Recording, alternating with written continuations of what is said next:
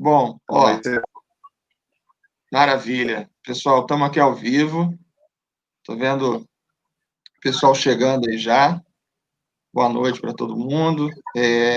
Essa é uma iniciativa de conversa, né? Enfim, de retomada do debate sobre a questão das estátuas que está bem candente aí, né? Enfim, a gente está passando por um momento importante do ponto de vista de disputa de memória, enfim, e de protestos antirracistas. Então, queria dar boa noite para vocês que estão nos assistindo, dar boa noite também para esses dois colegas que estão aqui hoje, a Maria Cláudia Cardoso, professora de História da Unilab, na Bahia. Então, boa noite, obrigado, Maria Cláudia, por ter aceitado. Boa Também noite. queria agradecer ao professor Carlos Silva Júnior, professor da Universidade Estadual de Feira de Santana. Então, obrigado, professor Carlos, por aceitarem estar aqui nesse bate-papo. E como eu estava introduzindo, né, no início, enfim, essa ideia de conversa hoje é sobre a questão das estátuas, né? Muito tem se debatido agora por conta dos protestos das ruas, sobretudo iniciado lá em Londres com a história do Edward Colston, né? Mas, enfim, protestos dessa natureza já vêm ocorrendo em outros locais. Em 2017, em Charlottesville, o princípio de conflito entre supremacistas brancos e grupos defensores dos direitos humanos entraram em conflito por conta da retirada de uma estátua de um general confederado, né, o Robert Lee. Em 2015, houve um processo semelhante também na África do Sul, de remoção da estátua do Cecil Rhodes, né, um colonialista empresário que se localizou na parte sul do continente africano. Então, esse debate ele não é novo, né? É algo que vem aí atravessando por algum tempo, mas agora isso reemergiu por conta desses processos das disputas antirracistas e tal, né? Então, assim, para início, eu queria perguntar para os convidados, assim, como que vocês enxergam essa relação, né, desses protestos antirracistas e essa demanda pela revisão das estátuas, em alguns momentos até a derrubada das estátuas, né, efetivamente você pegar e tirar desses pedestais. Não sei quem quer começar, não sei se Maria Cláudia pode começar falando para a gente. Como que você percebe a relação entre os movimentos de rua e a derrubada efetivamente das estátuas, né? Boa noite, gente. Obrigada, Pablo, pela oportunidade de conversar com vocês. Boa noite, Carlos. Vamos, né, fazer uma reflexãozinha aqui. O que eu acho? Que, do ponto de vista da sociedade civil, é um movimento legítimo, pensando que as pessoas estão o tempo todo construindo história, revisando esse passado. Então, eu não vejo problema nenhum nesse processo de fazer essa crítica e da sociedade civil se movimentar, especialmente porque são histórias muito controversas, né? Muito controversas. Então, essa questão da controvérsia na história, se são histórias que não têm consenso, né? Se são narrativas, trajetórias que não conseguem trazer conciliação, trazer algum tipo de conciliamento entre os povos, entre os grupos que estão envolvidos no processo histórico, vai haver contestação. Então, essa contestação, eu acho ela legítima, ela se a gente fosse estudar todo o passado, né, toda a história, ela é feita de camadas, a história, inclusive camadas que vão se sobrepondo. Eu acho que os monumentos, inclusive, eles ganham novos significados, eles podem ganhar novos significados. Então, eu não vejo problema nesse sentido. Como historiadora, né, então falei primeiramente como sociedade civil, como uma cidadã, como uma mulher negra que vem, né, do campo do antirracismo, dos movimentos negros. Então, eu penso que é totalmente legítimo e totalmente pertinente esse movimento da sociedade civil para contestar esse tipo de situação e de narrativa de trajetórias que são controversas e que ferem, de certo modo, o nosso passado, né? Agora, como historiadora, eu acho que essas histórias, essas estátuas, esses monumentos, né, esse patrimônio arquitetônico, ele também conta uma história, né, do que nós vivemos, do nosso passado, inclusive uma história de apagamento. Então, desse ponto de vista, eu penso que é interessante que a gente possa ter esses monumentos em lugares que eles possam ser ressignificados, que é isso que eu estou falando das novas camadas de significado que eles vão ganhando.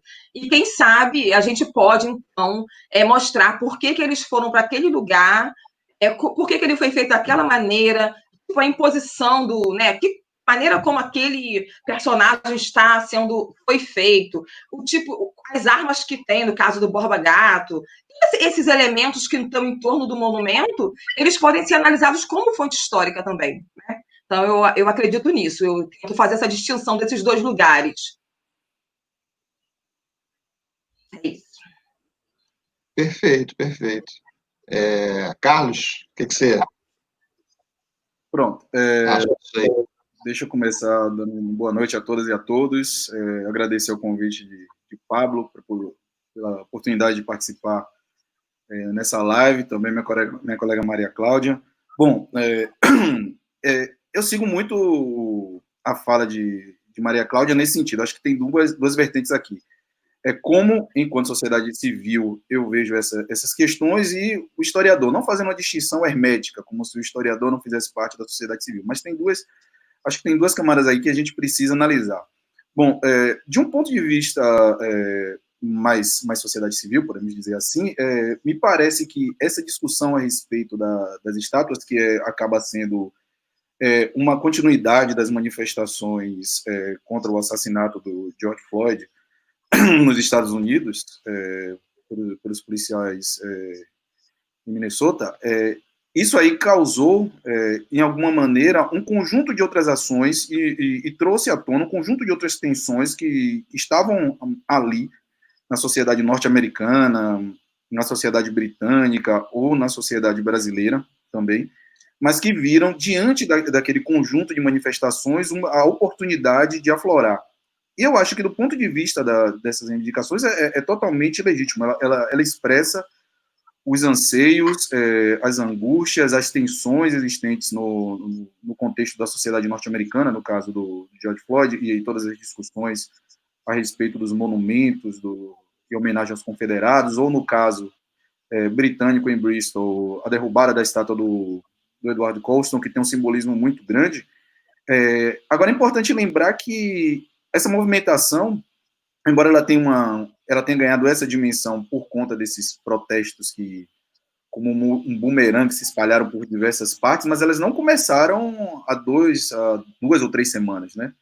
É importante dizer que esses questionamentos a respeito da estátua dos confederados, aliás, você falou isso, acho que no início da live, mas os questionamentos a respeito da estátua do Edward Colston, ou do Robert Milligan em Londres, ou do Cecil Rhodes em Oxford. Aliás, eu estava lendo hoje que Oxford decidiu encampar o desejo da comunidade estudantil e retirar a estátua do Cecil Rhodes. Enfim, então tem essa dimensão. Então eu considero uma discussão legítima, atitude legítima, que tem a ver como os movimentos sociais se organizam e quais são os seus anseios em relação às suas sociedades, norte-americana, brasileira, britânica, etc. Outro ponto que como historiador, é que eu acho extremamente interessante a discussão sobre o monumento ou a estátua e qual tipo de memória que essas estátuas, que esses monumentos criaram nessas diferentes sociedades, a respeito dessas pessoas. Porque aí acho que é importante uma distinção que me parece fundamental entre o que o Maurice Hopvex chama de memória coletiva e memória pública. Quando eu estou fazendo essa discussão aqui, eu estou me baseando muito nos trabalhos de uma historiadora brasileira, Ana Lúcia Araújo, que vem trabalhando com esse tema. Então, o Maurice Hopvex, esse tipo de memória coletiva é uma memória interna de um determinado grupo, né? Então, é a memória construída dentro de um determinado grupo social a respeito dessa comunidade. Ela vai se tornar uma memória pública a partir do momento em que ela é instrumentalizada politicamente para reforçar a identidade desses grupos, ampliando, expandindo essa memória, e aí, a partir desse momento, ela passa dos limites internos do grupo. Ou seja, quando essa memória que é coletiva ganha o status da memória oficial.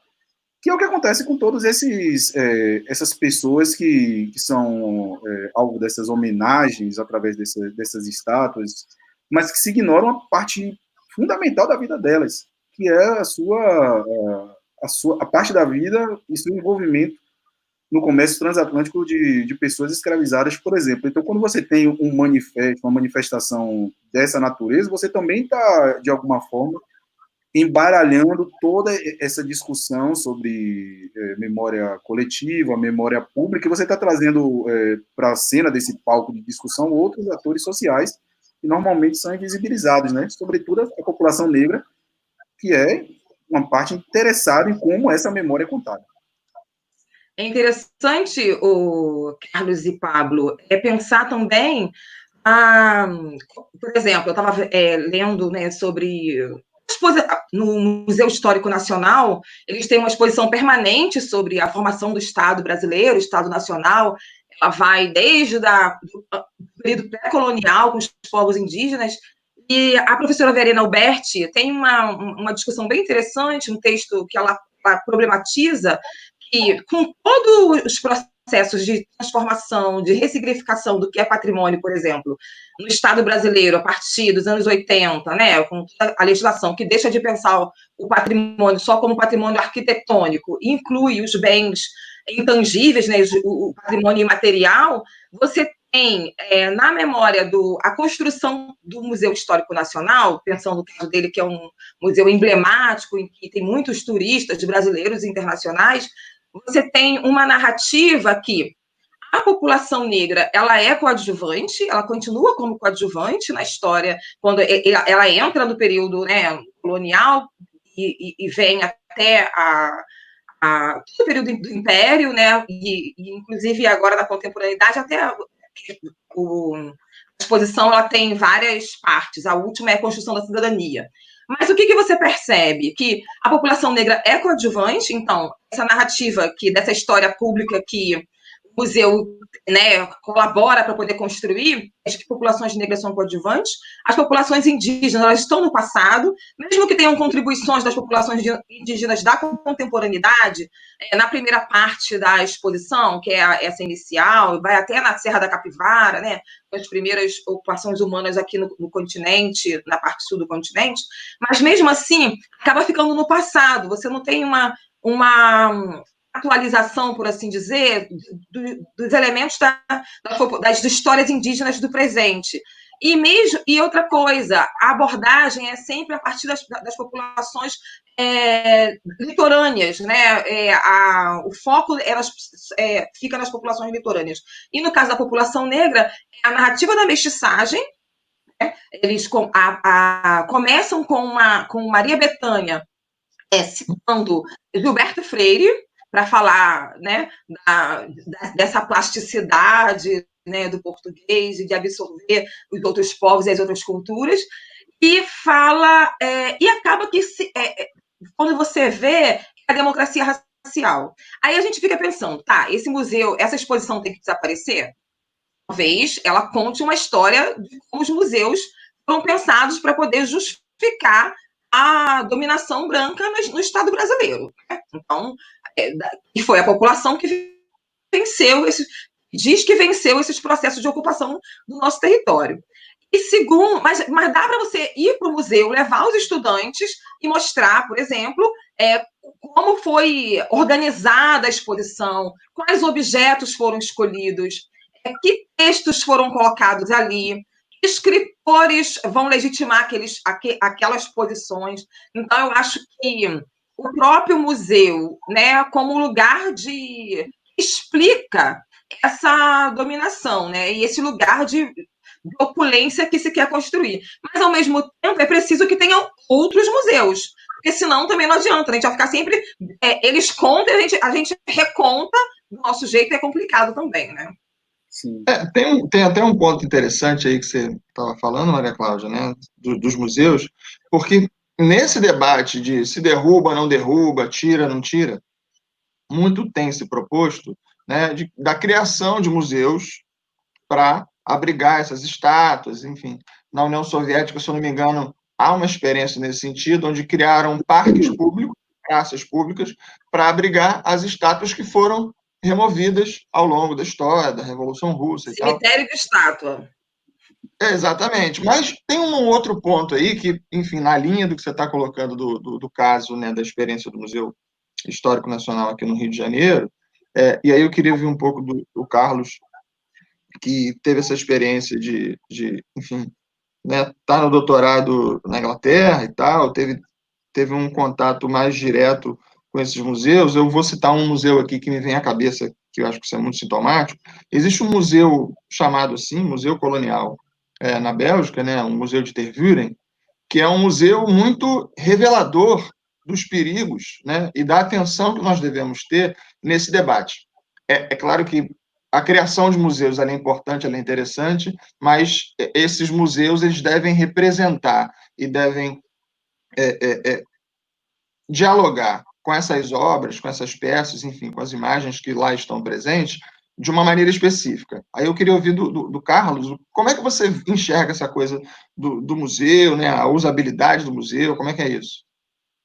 Veja só, eu acho que aqui é importante salientar que, em grande medida, muitos museus eles acabam prestando um serviço ou uma homenagem ou odes a um determinado passado colonial ou em relação ao colonialismo europeu. E aqui eu estou falando dos museus em suas seções mais relacionadas ao continente africano, mas que também pode ser aplicado em relação a outras em outras partes do mundo. Eu achei muito legal a fala da Maria Cláudia quando ela chamou a atenção à discussão qual peça é escolhido, como é escolhido, de que maneira ele é escolhido, qual elemento vai ser colocado, qual elemento vai ser tirado, enfim.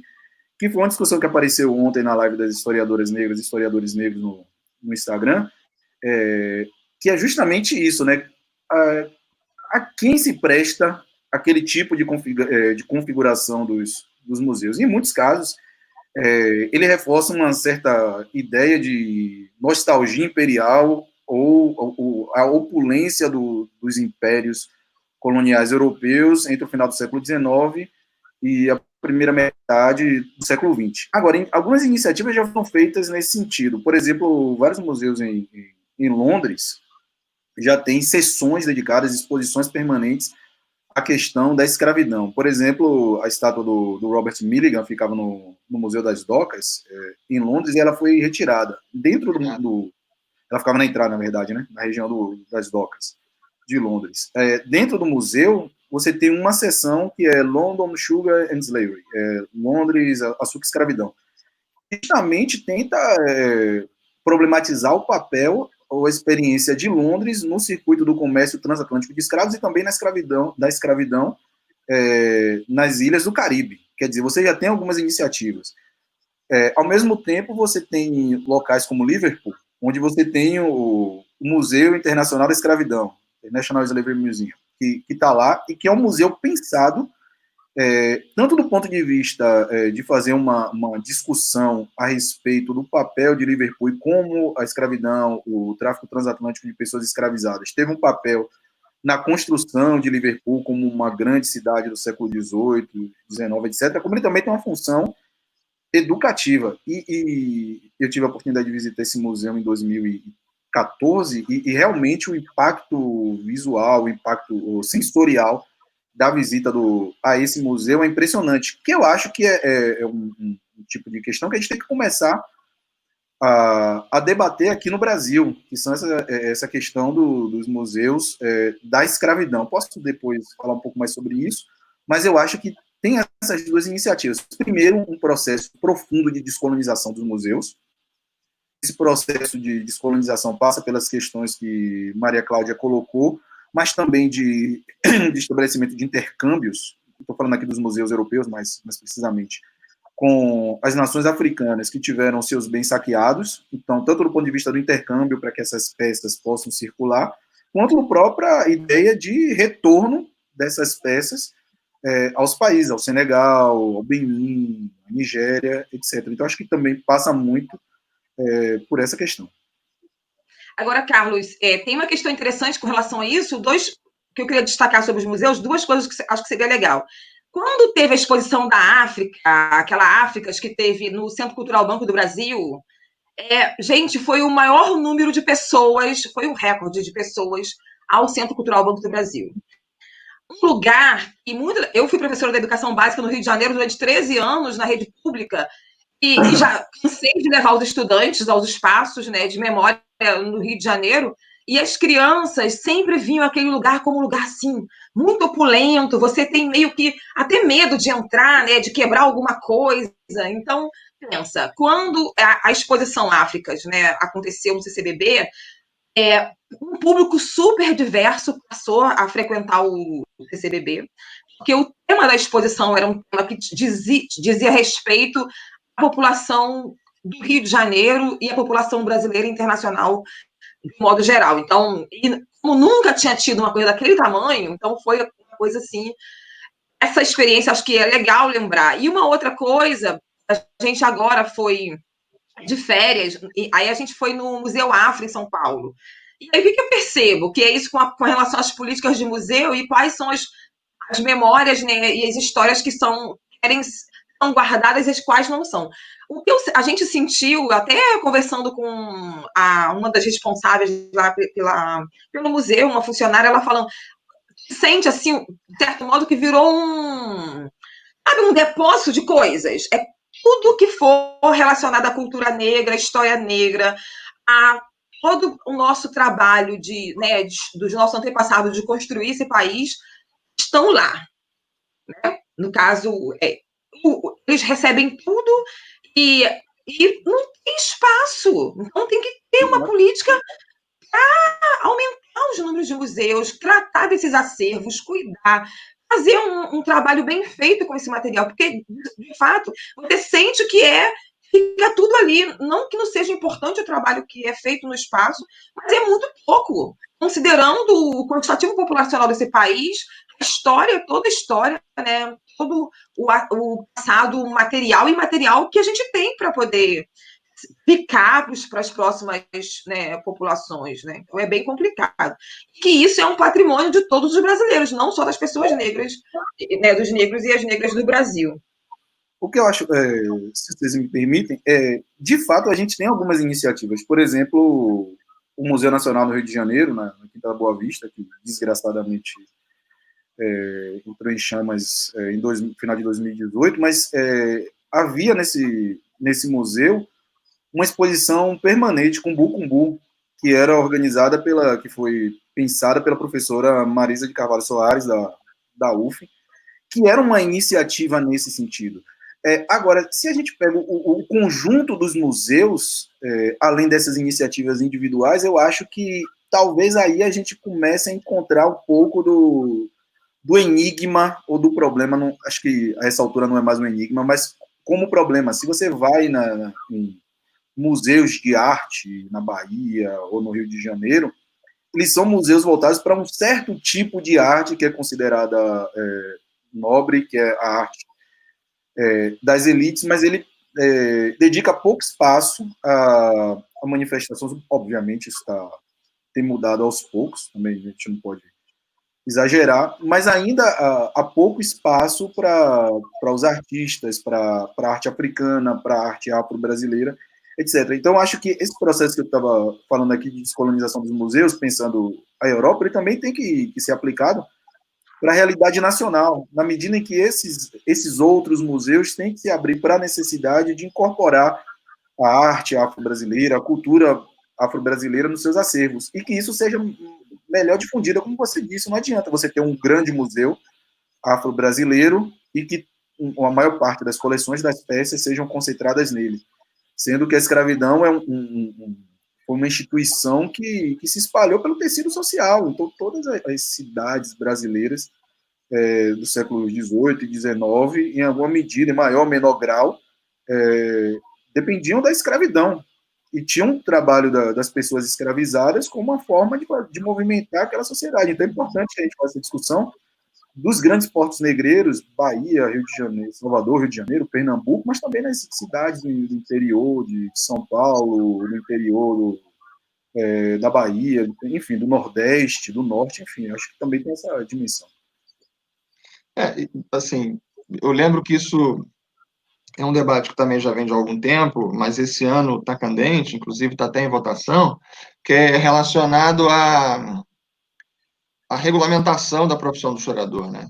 A importância disso. Os debates que vêm se seguindo, agora já no Senado, enfim, no Legislativo, para que seja aprovado, o presidente, há pouco tempo atrás, vetou a regulamentação da profissão de historiador, lembrando que outras profissões são regulamentadas, né? Você tem museólogos, geógrafos e tal.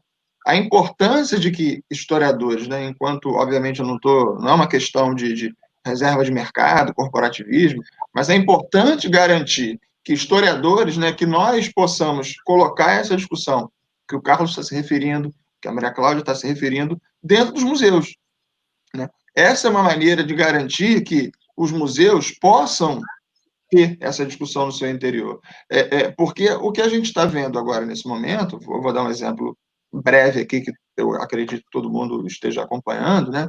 Mas o presidente da Fundação Palmares ele vem retirando biografias de personalidades negras do site da Fundação Palmares, que é o processo que a gente está vendo diferente, né? Assim, quando essas manifestações de rua propõem a retirada e até retiram efetivamente a estátua de um escravocrata, de um comerciante de pessoas escravizadas, né, o que a gente está revendo ali é o símbolo do colonialismo, é o símbolo da escravidão que está sendo derrubado. Agora, quando o presidente da Fundação Palmares retira, né, do site da Fundação Palmares nomes e biografias de pessoas que são importantes para a história, e não só a história brasileira, mas a história mundial, a história atlântica, né? Nós estamos falando de pessoas que têm um significado importante, né? O que a gente está vendo, aí sim, é uma disputa de você tentar reforçar ainda mais esse caráter colonial, esse caráter racista da nossa sociedade, e paulatinamente apagamento das nossas memórias, né? A gente não está falando, porque um comerciante de pessoas escravizadas, quando constrói-se uma estátua dele em praça pública, aquela estátua que é feita de bronze, ou é uma estátua equestre, é uma estátua que foi colocada naquele momento ali em homenagem a um camarada que, em determinado ponto da história, determinado contexto, o tráfico de pessoas escravizadas ele foi proibido, muitos deles já não querem mais estar associados a esse comércio, né, o comércio maldito, então eles começam a atuar na filantropia, distribuindo dinheiro, construindo hospitais e tal. Então, há uma diferença também, né, de como a gente percebe isso. Então, assim, como é que vocês enxergam essa questão, por exemplo, a estátua, o busto de Zumbi dos Palmares, na Presidente Vargas, aqui uma avenida importante do Rio de Janeiro, ela, ao longo dos anos, ela sofre paulatinamente agressões. Ou ela é pichada de branco, ela é violada, sempre no mês de novembro. Então, assim, entre o ato de pichar a estátua do Zumbi dos Palmares de branco, o ato do presidente da Fundação Palmares retirar biografias de pessoas importantes e o ato de manifestantes na rua derrubarem uma estátua do Eduardo Costa ou então propor a derrubada do Borba Gato, qual é a diferença entre uma coisa e outra? Posso? Então, assim, como dizer, eu acho que tem algumas questões aí que a gente pode pensar. Primeiro, eu queria que a gente pudesse refletir um pouco sobre a concepção de história que as pessoas, no geral, têm, né? Assim, no senso comum, as pessoas pensam que história é todo o passado. Tudo que for passado que a gente está contando a história, mas a gente sabe que não é isso. A história passa por seleções e tem disputa, né?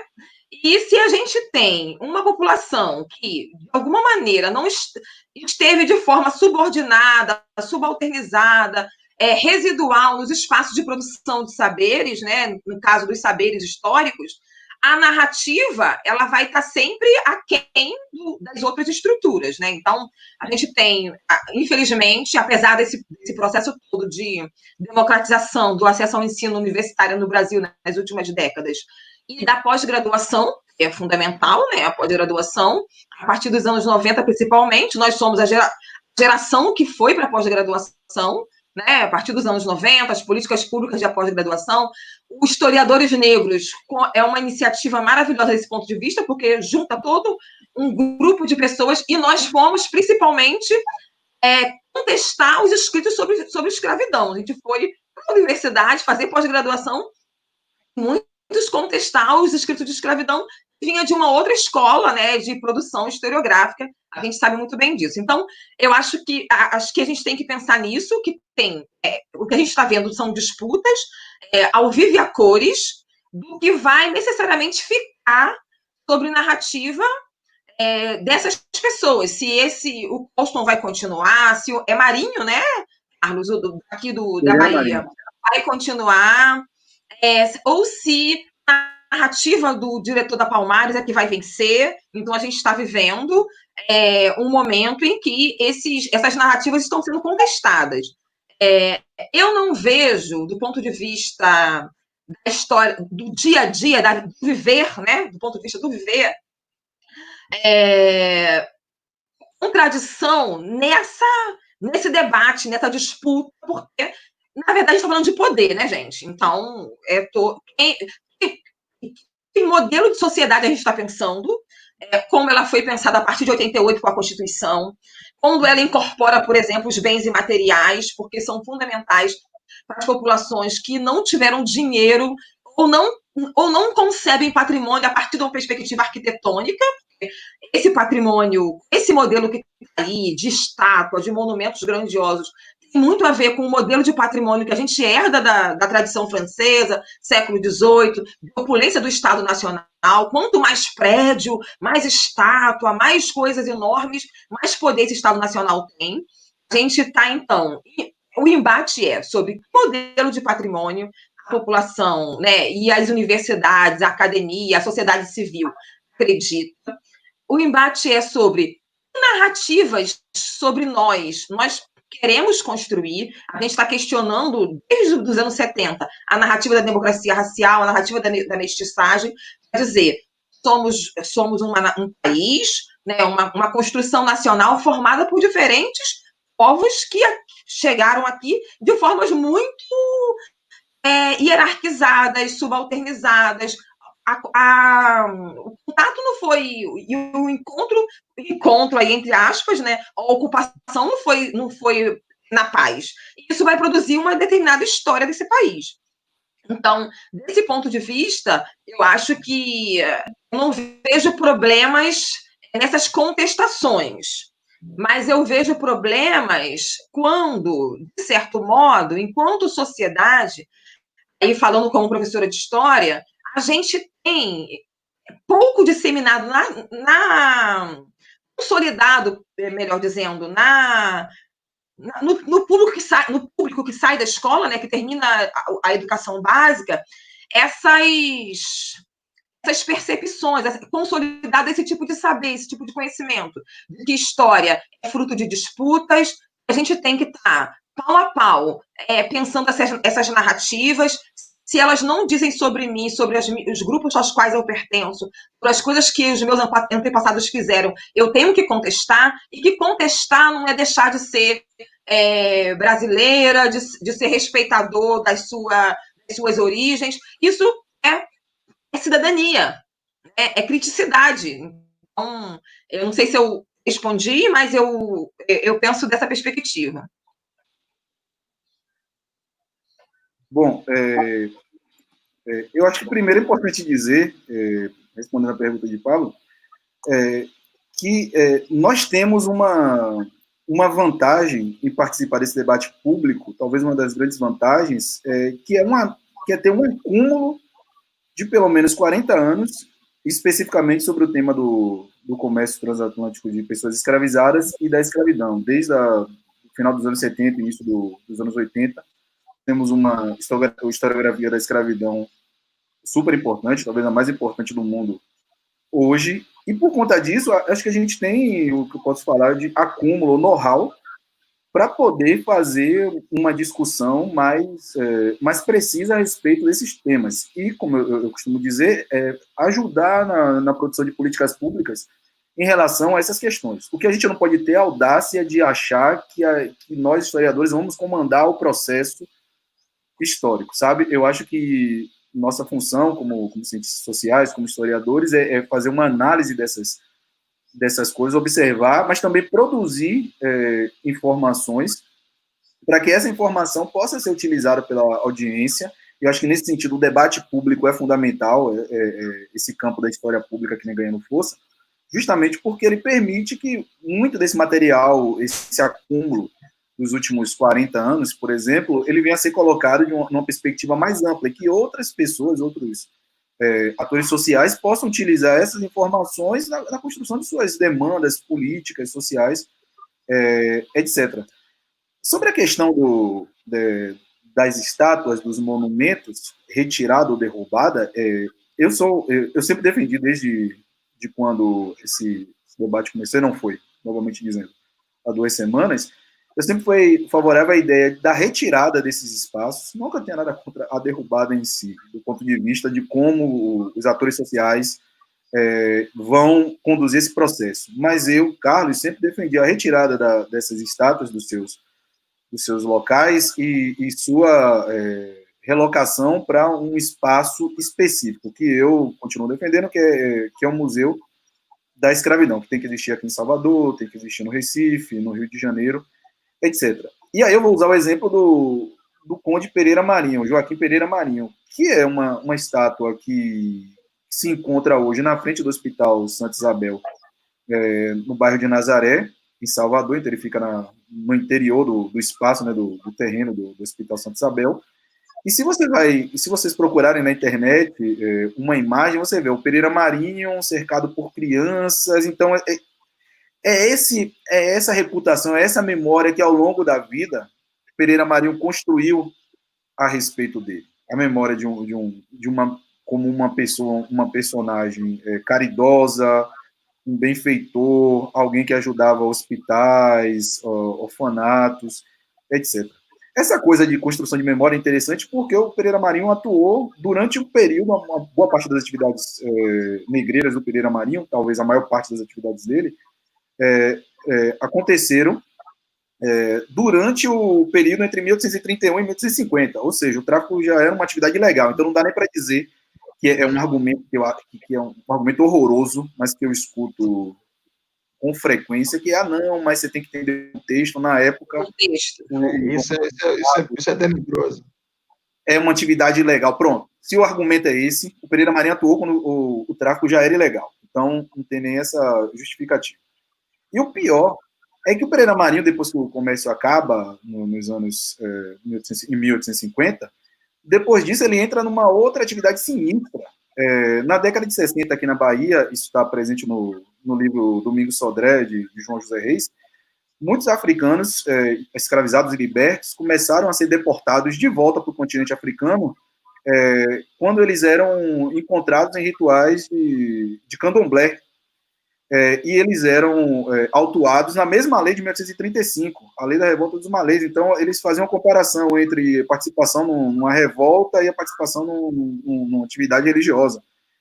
E eles eram deportados. Alguns navios do Pereira Marinho, pelo menos um navio dele, deportou um africano de volta para o continente africano. Ou seja, é possível que essa pessoa tenha sido trazida por ele e voltou no navio dele. E no final da vida, esse cidadão escreve no testamento que ele não fez mal, que ele não se lembrava de ter feito mal algum a semelhança dele, né? Ou seja, porque ele achava que os africanos escravizados não eram semelhantes, naturalmente. Então, nesse sentido, esse debate sobre memória. Quando essa coisa veio à tona, muita gente entrou em contato comigo, e algumas pessoas falaram, vai derrubar o museu, vai derrubar a estátua, vai fazer o quê? Vai derrubar tudo. E isso aí que me pareceu, entre outras coisas, um tipo de medo, que essa coisa do papel do historiador, da narrativa. Parece que as pessoas estavam preocupadas, em alguma medida, em perder o controle da narrativa, sabe? Porque essa narrativa agora ela está sendo mais plural. Atores e grupos sociais que antigamente eram ignorados ou invisibilizados, agora estão tendo um espaço público para poder fazer essa discussão. E isso causa algum medo, sabe, de perder essa posição de detentor da narrativa sobre a história nacional, sobre a história do Brasil, inclusive sobre a história da escravidão, né, que aí desemboca na ideologia da democracia racial, que Maria Cláudia falou logo no início. Eu tenho falado... Diga. Duas coisinhas. Eu tenho falado muito com os estudantes, né, no curso, na Unilab, sobre isso, porque uma coisa que é importante, assim, eu tenho refletido com eles, e eu agora estou com uma pesquisa que é sobre ensino de temas sensíveis e controversos, né, formar professores para ensinar sobre temas sensíveis e controversos, né, e um desses temas é a escravidão, por exemplo, ou o colonialismo. Então, como lidar, porque a gente sabe que esses temas chegam na sala de aula e muitas vezes a professora tem dificuldade de tomar uma ação. Se ela se prepara antes, se ela se organiza, se ela prepara o material, eu acho que, né, vai ser muito mais tranquilo o ensino sobre esses temas. E não dá para fugir dessa temática. Eu acho que é outro problema, a gente não tem como fugir. Não tem como colocar um tapete em cima do problema. Então, desse ponto de vista, eu tenho falado que, isso que você falou, né, Carlos? A gente não tem, como historiadores, de dizer o que tem que ser feito, necessariamente, porque essa é a vida vivida, no dia a dia, né, com os problemas todos que tem. Então, esse cuidado que a gente também tem para não ser iluminista demais, né, de se achar que tem a verdade absoluta, porque o poder de narrar, tanto o que está sendo vivido hoje, ou o que vai ficar para o futuro, que vai ser narrado, é de todo mundo. Eu falo que a gente sabe que a história está sendo contada nos monumentos, a história está sendo contada nas novelas. Quantas vezes eu vejo os estudantes, você pergunta alguma questão sobre escravidão, no geral, numa escola básica, eles vão falar de alguma cena de novela ou de algum filme. Né? Eu lembro muito, agora mesmo, há pouco tempo trabalhei com os alunos sobre isso, acho que foi uma disciplina que eu dei no semestre passado de Império, e o quadro do Vitor Meirelles, da Primeira Missa no Brasil. Aí a gente está analisando o quadro, gente, esse quadro ele tem que ser analisado no século XIX, ele é uma produção do século XIX. Aí o pessoal, professora, mas ele não conta sobre a missa? Não, ele não conta sobre a missa. Ele conta sobre o que a sociedade brasileira, que estava no poder naquele momento, os grupos que estavam no poder, achavam que tinha que ficar, do que as pessoas tinham que saber do que foi a missa. Eu falei, gente, tinha algum tipo de... Tinha alguém lá, em 1500 ou em 1500 e pouquinho, fazendo uma pintura, sabe? Mesmo assim... mesmo que tivesse alguém lá naquele momento, aquela pessoa ia fazer o enquadramento dela, o olhar dela. Então, isso é uma coisa que é muito importante, né? Pensar que esses elementos, esses monumentos, eles são fontes históricas também. E aí eu lembro que aqui no Campo Grande, aqui em Salvador, tem aquela... Carlos, aquela... É tipo um alto relevo, eu acho, homenagem aos heróis de Canudos. Sim, aí eu, Márcia e as crianças, a gente foi ver, eu pensei que era sobre a população, né? Que foi massacrada em Canudos. E não é uma homenagem ao Caxias, né? Por ter dizimado a população. Então, você pensar que fazer essa reflexão, né? O que está sendo contado. E sobre o zumbi, eu separei hoje algumas informações. Em 2003, o Monumento do Zumbi dos Palmares, no Rio de Janeiro, foi vandalizado, pichado, né, 23 vezes. Em 2013, 6 vezes.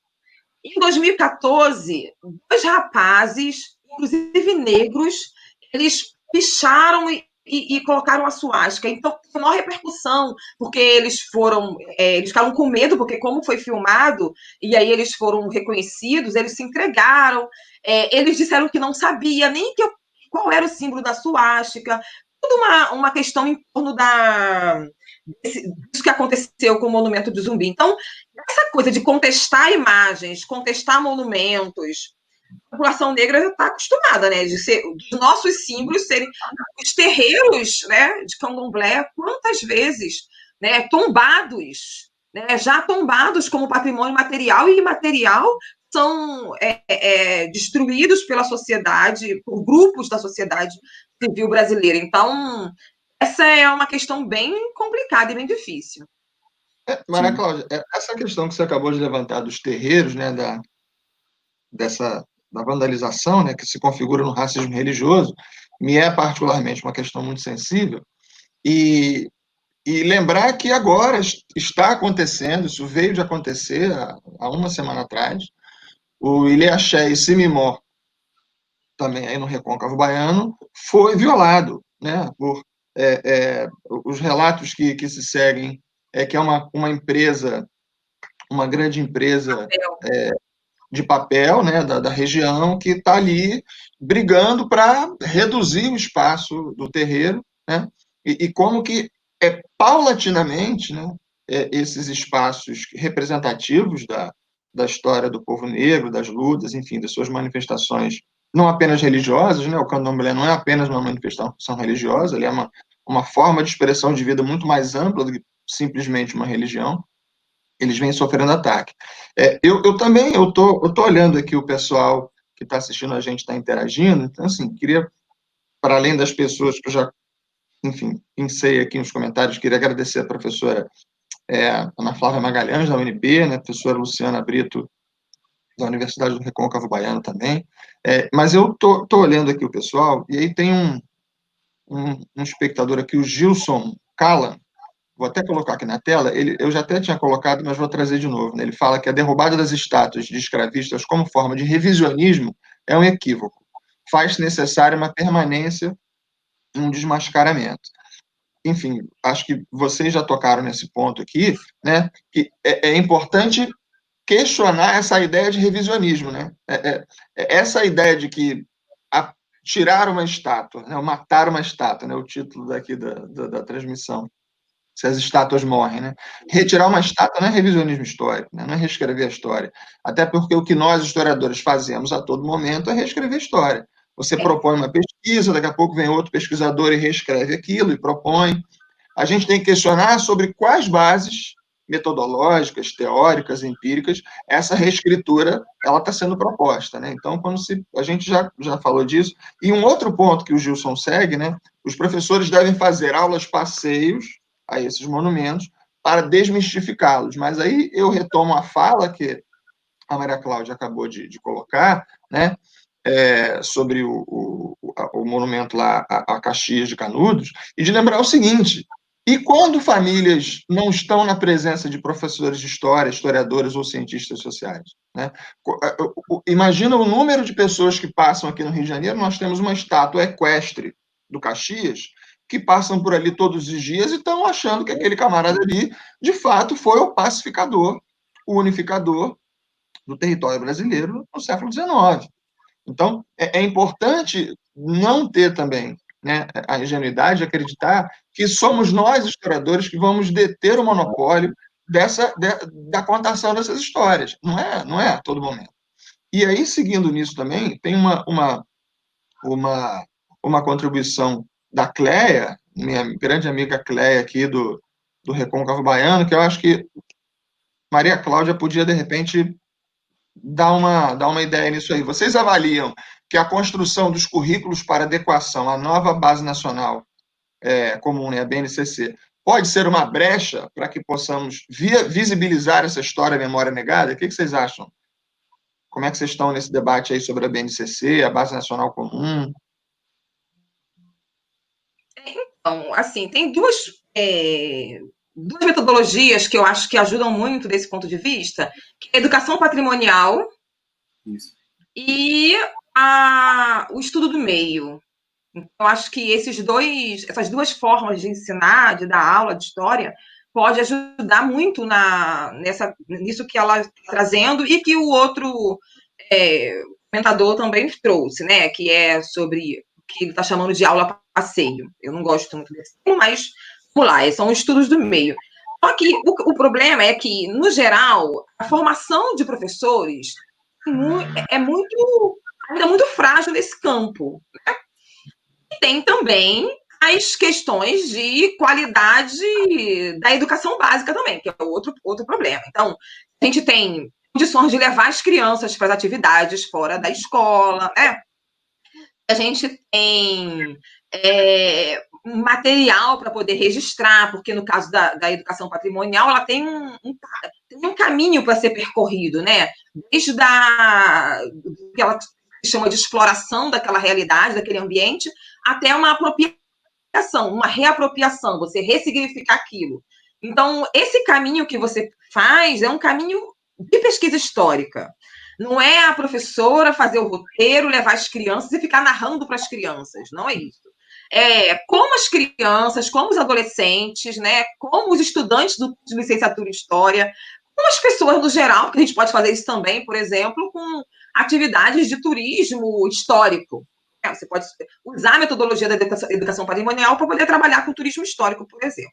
Mas, então, eu acho que, desse ponto de vista, a BNCC ela tem uma brecha, um caminho bem interessante que ela vai, que no documento, na normatização, nas orientações do documento, que é a ideia de atitude historiadora. Né? Então, está lá bem escancarado o termo atitude historiadora.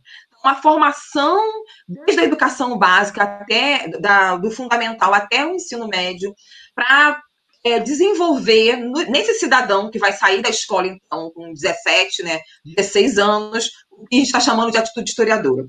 Isso tem que ser feito um ano só na escola? Claro que não. Começa desde pequenininho. E assim, desde os parâmetros curriculares nacionais, tem todo um trabalho os pequenininhos com educação patrimonial, com o patrimônio imaterial, com a memória das famílias, por exemplo, os testemunhos voluntários, as cartas que os pais fazem, cartas de namoro, carta de avós, objetos da cultura material cotidiana. Tem muita coisa legal que a gente pode levar para a sala de aula, que as crianças podem fazer. Tem muita coisa legal acontecendo, sabe? Só que eu acho que na formação ou na educação básica, muitas das vezes essas coisas são ilhas. Elas são muito e muitas das vezes é uma iniciativa daquela professora, daquele professor que tem uma formação institucional.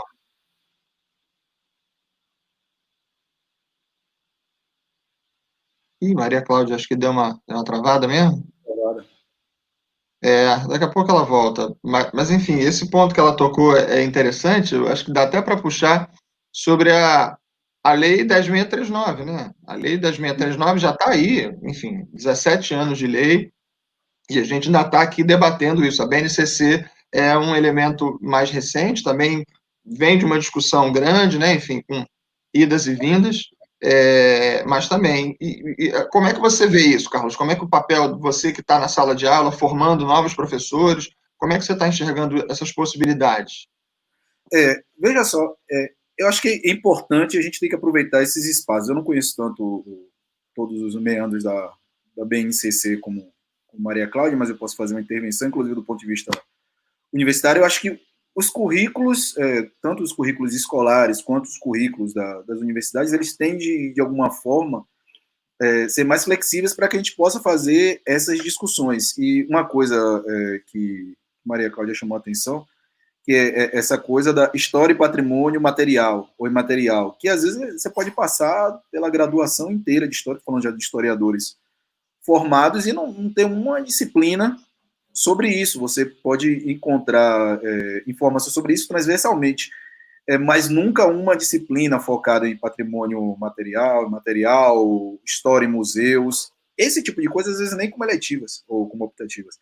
Esse tipo de... que, aliás, eu estou fazendo uma autocrítica também, que eu acho que talvez isso aqui seja uma oportunidade para repensar essas disciplinas. Exato. e oportunizar uma discussão sobre esses temas.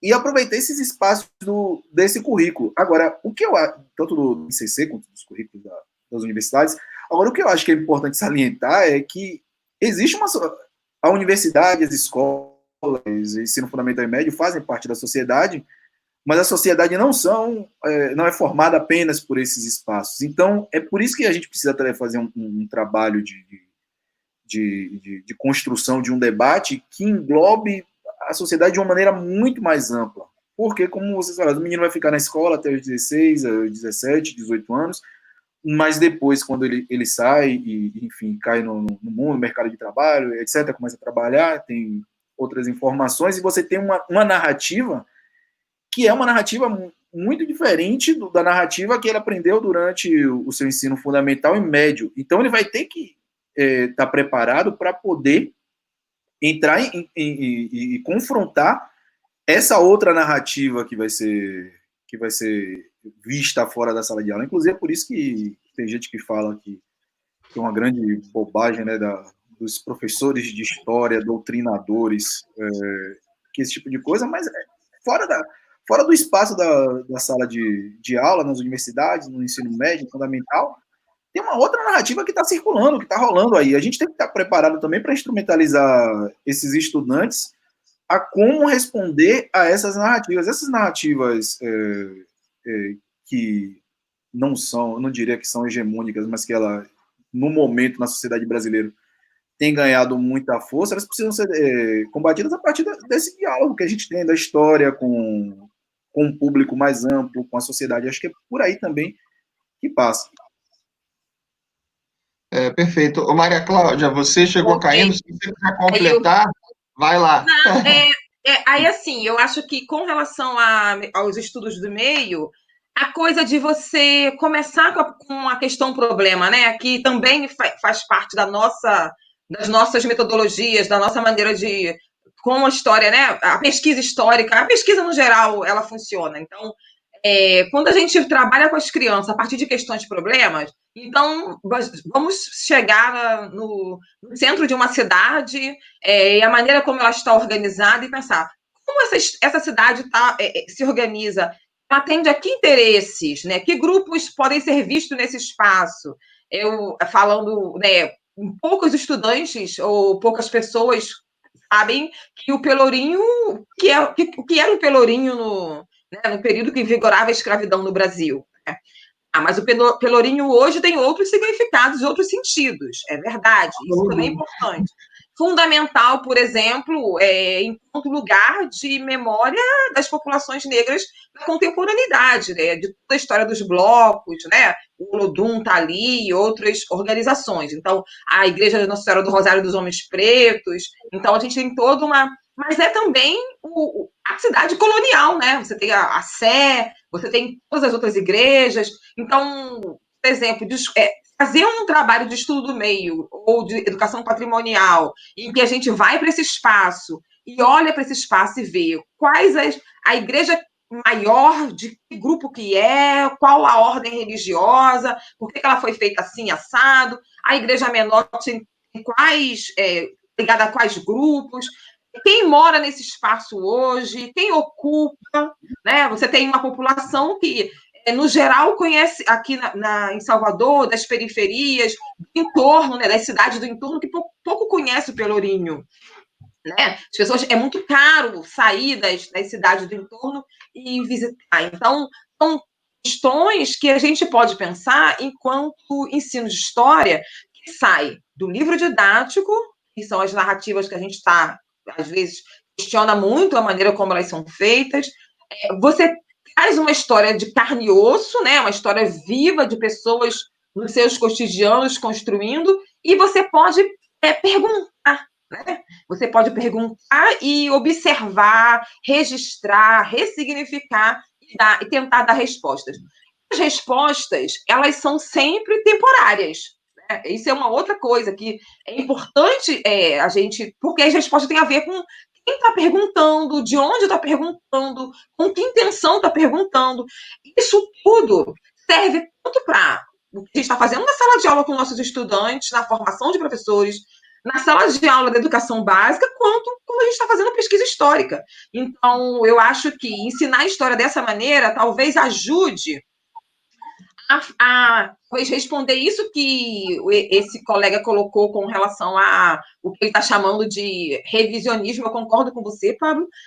Todo trabalho histórico é sempre o trabalho de dar novos sentidos a partir de novas fontes, de novas abordagens, de novas análises e de lugares de pesquisa, né? A gente sabe muito bem disso. E é assim, não tem jeito. É assim que se faz.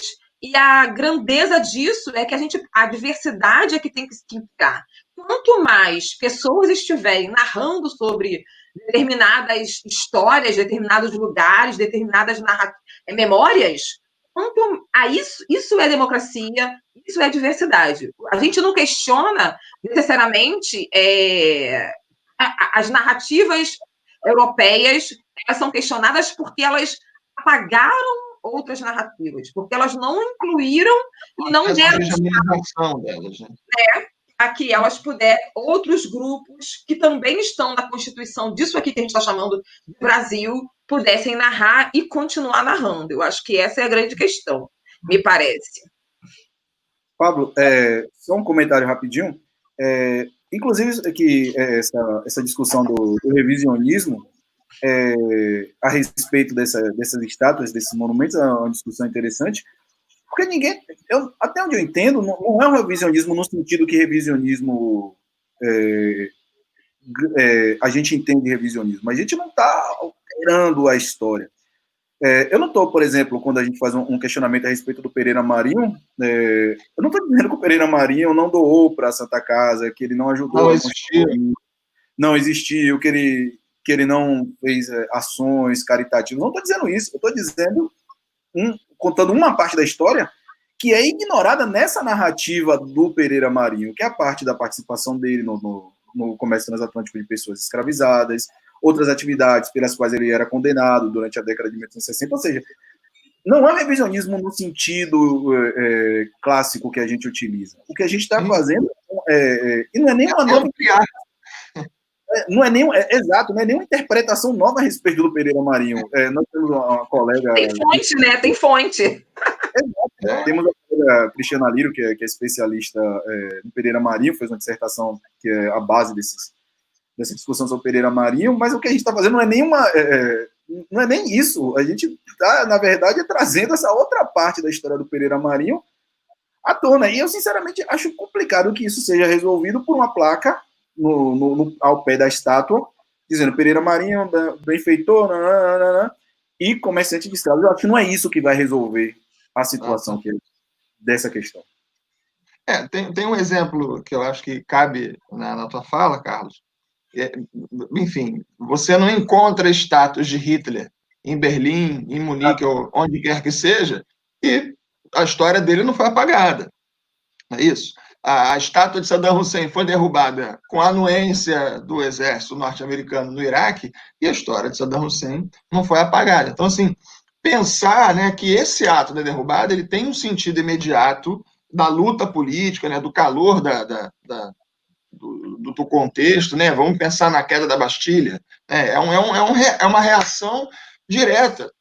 E essas figuras históricas não dependem de uma estátua, de uma estatuária, para permanecerem vivas ou mortas.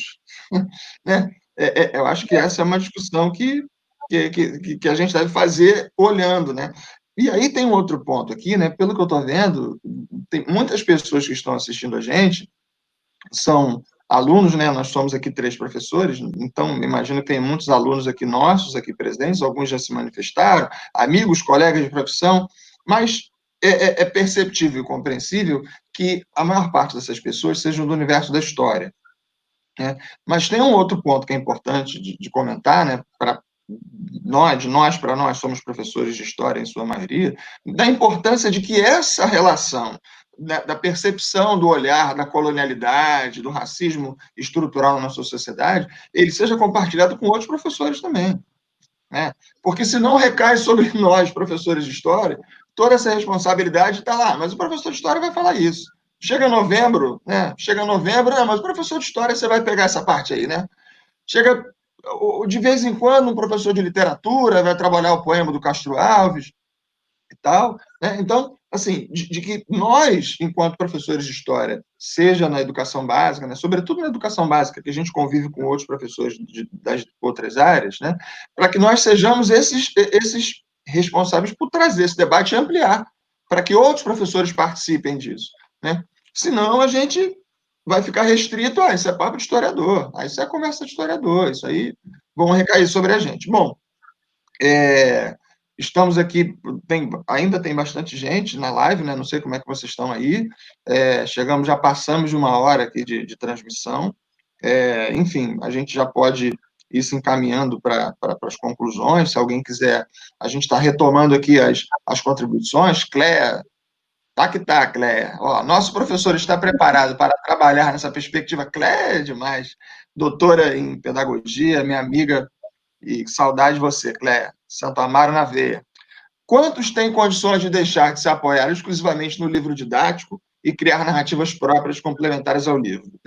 Enfim, a Maria Cláudia, enfim, o Carlos também já tocaram nesse ponto. Se vocês quiserem retomar mais alguma coisa, enfim.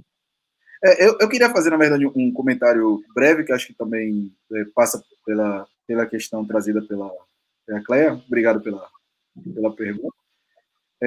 Que é o seguinte, de fato, você em algum momento, Paulo, tocou na Lei 10.639/03. Só que essa lei, às vezes, ela parece que é interpretada como uma lei para os historiadores. Sim. E que é justamente o que você falou. Então, você não consegue ver essa interseção do ensino de história africana, de história afro-brasileira, feita de maneira coordenada com outras disciplinas.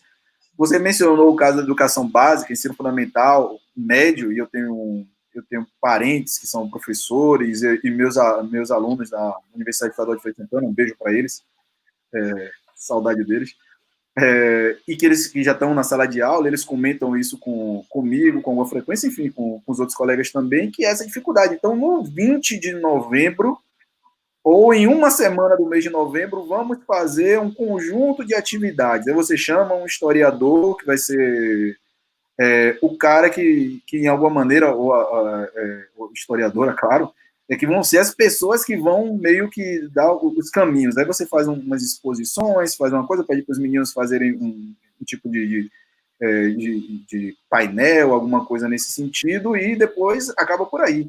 Só que o problema é mais profundo, porque ele passa também pelo ensino superior. Às vezes é muito difícil. Eu tenho um querido amigo na Universidade Estadual de Feira de Santana, professor Jânio, da área de geografia, e a gente conversa muito sobre essas questões, sobre como também fazer disciplinas, e ele tem feito esse esforço, junto com os colegas da área de geografia, no sentido de colocar questões referentes à história afro-brasileira, do ponto de vista da geografia urbana das cidades, dos espaços afro-brasileiros, ou geografia africana no currículo, enfim. Há um esforço, mas isso tinha que ser disseminado no conjunto da universidade, do currículo da universidade, para que isso pudesse, de fato, ter alguma efetividade. E sobre a pergunta de Cléia, eu acho que um dos caminhos é a gente estar começando a ocupar esse espaço público, essa é uma coisa, e eu acho que um outro caminho é a gente também começar a produzir material didático mesmo. A gente já tem alguns colegas que trabalham nessa área, mas a gente tem que começar a produzir material didático, porque essa é a única alternativa, senão nós vamos ficar reféns dessa narrativa mais comum, que é aquela que vem sendo passada ao longo dos anos, ao longo das décadas, sobre a história nacional, sobre a história da África, enfim, sobre essas histórias. Então, uma situação, vou contar um caos, né? A gente tem um projeto na Unilab que é o Biblioteca Náutica. E a Uniemba, que é o grupo de pesquisa que organiza a Biblioteca Náutica, é um trabalho de memória e história do Recôncavo, né, com contação de histórias, com acervo da própria região do Recôncavo. E durante, uma vez por ano, um barco, ele segue por alguma comunidade do entorno ali da Bahia mesmo, de Todos os Santos. Aí eu fui ano retrasado, se eu não me engano, acho que foi 2018. Em Maragogipe, em São Roque do Paraguaçu.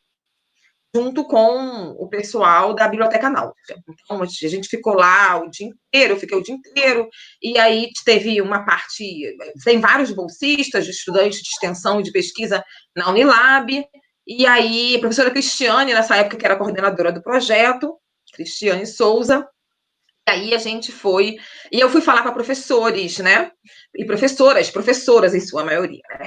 Cheio, um espaço bem interessante, muitos professores, muito interessado. Eu levei 2 experiências de trabalho, né, que eu tinha feito na educação básica. Uma que foi numa escola que eu trabalhei no Rio Comprido, a escola Pereira Passos, que é na pracinha do Rio Comprido, no Rio de Janeiro, em que eu peguei. A diretora pediu para cada um escolher um livro paradidático, e a partir disso a gente pensar numa aula. É isso que Carlos está falando sobre produzir materiais didáticos, né? Produzir aulas. A minha aula foi toda a partir desse livro, que era As Tranças de Bintu. É uma menininha, né, do cabelo, incomodada com o cabelo, que depois ela, né, tem todo um trabalho de ressignificação, valorização desse cabelo. É um texto maravilhoso. Eu fiz um trabalho com as crianças, até minha irmã foi, a Luane Bento, que é uma pesquisadora sobre cabelos, sobre trança, estuda a questão da matemática nas tranças, né, na geometria das tranças. Ela foi, pensou as meninas, eu comprei material, fiz para poder arrumar o cabelo das meninas, todo um trabalho, parte da leitura. A gente fez a contação da história, e quando a gente falou sobre os cuidados com o cabelo, as meninas lembraram das formas de cuidar cabelo, então, os cremes que passavam, pano de boi, a vaselina para poder alisar o cabelo, que o pessoal alisava com pente quente. Todas essas narrativas são narrativas nossas. Isso é história e cultura afro-brasileira, do ponto de vista que são nossas histórias de como cuidávamos do cabelo, como nossas mães cuidavam, botava você sentada no chão, abaixa a cabeça e vamos lá trançar esse cabelo. Foi muito interessante. E depois da coisa dos alisamentos, do cabelo, né, dos salões de alisamento, essas coisas. Levei esse trabalho para elas verem o que eu tinha feito lá na escola anos antes. E um outro trabalho que eu fiz no Aroiê, que é um evento que a professora Marta Rosa faz na UFRB, de patrimônio. E eu fiz peguei essa discussão da estética do empoderamento, né, do cabelo crespo, que a professora Ive Matos tem discutido aqui com a marcha do empoderamento crespo aqui em Salvador. Ela fala de estética do empoderamento. E eu levei todo um debate a partir dessas experiências que eu tinha na educação básica, disso que a Ive discute sobre estética do empoderamento, e a gente fez todo um trabalho sobre isso, sobre o cuidado, a história do cuidado com o cabelo, e depois as meninas, as licenciandas e licenciandos, tinham que montar em trio planos de aula sobre isso. Então, a gente discutiu a temática da lei, não sei o quê, elas produziram planos de aula e isso é formação. Aí eu expliquei isso tudo lá em Maragogipe, em São Roque do Paraguaçu. E a professora falou, professora, é isso, não adianta ficar falando de teoria, fazendo definições, trazendo conceito, tem que mostrar como é que faz aquela história toda. Aí eu falei, a gente não tem ninguém que explica pra gente como é que faz. Eu falei, olha só, quando alguma menina está no período de menstruar, adolescente, e ela fala que está com cólica, não é a sugestão que você... Pode acontecer algum momento de você sugerir algum chá para poder diminuir as dores, para acalmar. A gente tem vários chás, professoras, que cuidam disso. Esses saberes vêm de onde? Ela falou assim, da comunidade, das nossas mais velhas, a minha avó, a minha mãe, tá no mato, o pessoal conta, não sei o quê. Bem, isso é a Lei 10.639. Porque também tem, né, uma professora de educação básica que acha que ela não é capaz, na maneira como a gente construiu o que é saber nesse país, está no livro didático, está na universidade, às vezes ela acha que ela não é capaz de produzir saberes, sabe, do seu cotidiano, do patrimônio material, do patrimônio imaterial. Então, eu acho que eu, como professora, tenho pensado muito nisso, sabe, tentando desmistificar essa ideia de que os saberes estão na universidade só, né? Eu acho que a universidade é um lugar de sistematização, e de difusão disso, mas ela não é o lugar. Os saberes, a cidade, eu tenho falado para os alunos, gente, vamos para a rua ver, a gente trabalha em São Francisco do Conde. O que São Francisco do Conde conta sobre a história colonial, né? O que São Francisco do Conde conta sobre os lugares que as pessoas negras ocupam na sociedade são franciscana hoje. A maneira como os bairros se organizam, quem está nos espaços de poder da cidade, quais são os prédios que são feitos para quem ocupar, né? Quem que ocupa o prédio tal e quem ocupa o prédio tal. Quem mora em determinado lugar e quem mora em outro lugar. Tudo isso está contando sobre o que é a cidade, o que a cidade está querendo dizer, quem pode e quem não pode. Então, eu acho que tudo isso, na minha concepção, é história, né? E eu acho que historiadores são pessoas que conseguem fazer essa sistematização, porque a história está sendo contada a todo momento por todas as pessoas. A gente não tem esse privilégio de dizer que senão a gente está repetindo, que é a discussão de hoje, que é colonialidade, né? Senão a gente está sempre praticando a colonialidade pura. Se a gente acha que patrimônio é só o que é edificado, isso é colonialidade. Se a gente acha que só historiador que conta história, isso é colonialidade, né? Se a gente acha que só alguns grupos podem narrar o que aconteceu, o que eles acham que aconteceu, porque o que aconteceu já aconteceu, a gente não tem, né? Ninguém consegue voltar no tempo para poder. Então, isso tudo é colonialidade. Então, eu tenho pensado muito nisso e tenho tentado praticar isso.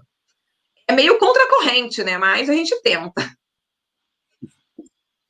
Perfeito, galera. Bom, ó, eu acho que hoje a conversa foi bem, enfim, está sendo muito legal, né? Porque a gente começou propondo a história das estátuas e estamos aqui falando de formação de professores para uma série de professores e professoras que estão aqui assistindo. Então, acho que pelo menos um dos objetivos está sendo alcançado, que é isso, né? Botar o debate na roda e fazer com que essa roda ande, né? Então, na expectativa de que tanto esses professores e professoras, sejam eles do ensino básico, ensino superior, possam estar caminhando com essas discussões, né? Claro que a gente está num momento delicado aí,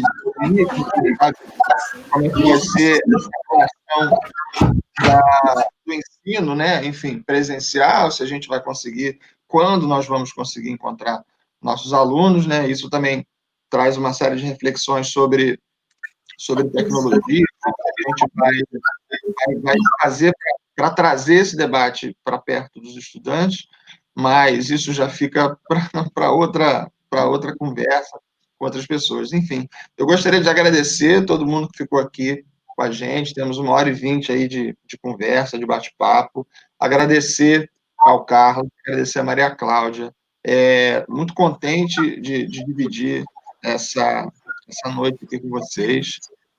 Agradeço também as pessoas que contribuíram com perguntas, enfim, colocações. Infelizmente, não dá para considerar todo mundo, mas, enfim, só relembrar, né? Professora Luciana Brito, professora Ana Flávia, professor Deri, Márcio André, Hélio Lúcio, Célia Cristo, está aí mandando um beijo para Maria Cláudia, relembrando da professora da Lua e o Bento. Não, Lua e o Bento, quem lembrou foi o Hélio Lúcio. Mas, enfim, agradecendo a todos vocês. E agora eu queria que, se vocês quiserem fechar, se despedir do pessoal, eu tenho uma última fala aí, está na mão de vocês. Começa? Quem vai primeiro? Cláudia, quer falar?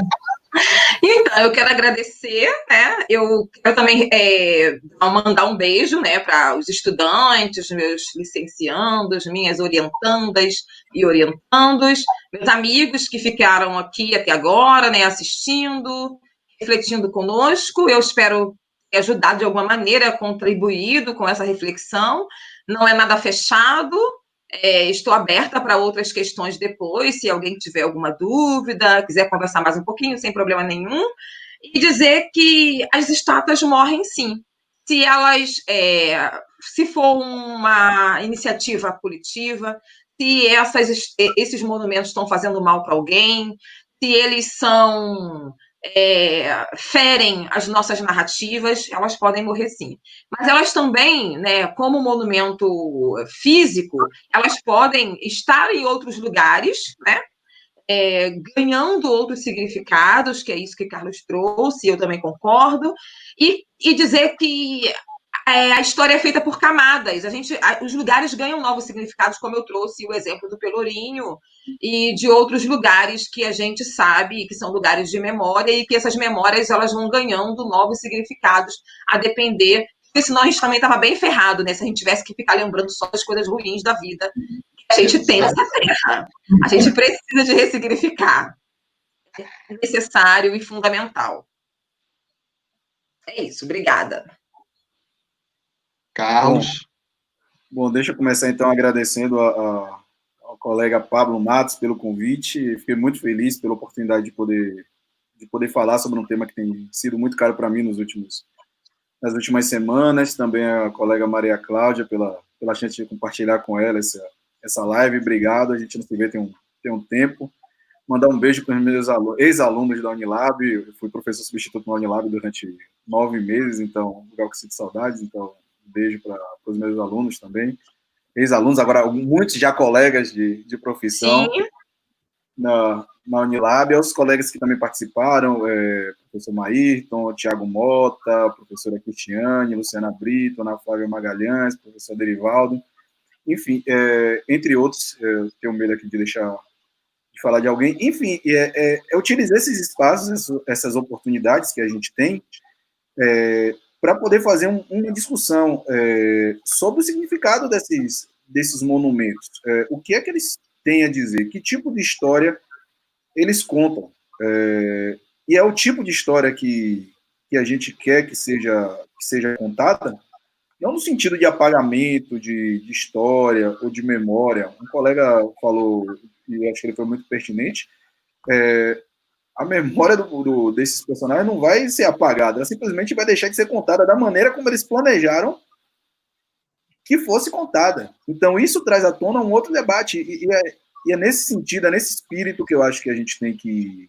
conversar, trazer à tona todas essas reflexões, os significados, e a partir daí a gente começar a construir. Não é como Maria Cláudia falou, não é uma solução acabada, única, mas já pensar em alternativas, que, ao meu ver, desse ponto de vista, é a retirada dessas estátuas, mas, além disso tudo, provocar um debate maior sobre a sociedade brasileira, como é que ela foi constituída. Então, essas oportunidades são incríveis. Obrigado novamente, Pablo, e continue fazendo isso. Obrigado. Valeu, gente. Tchau, obrigado. Obrigado mais uma vez.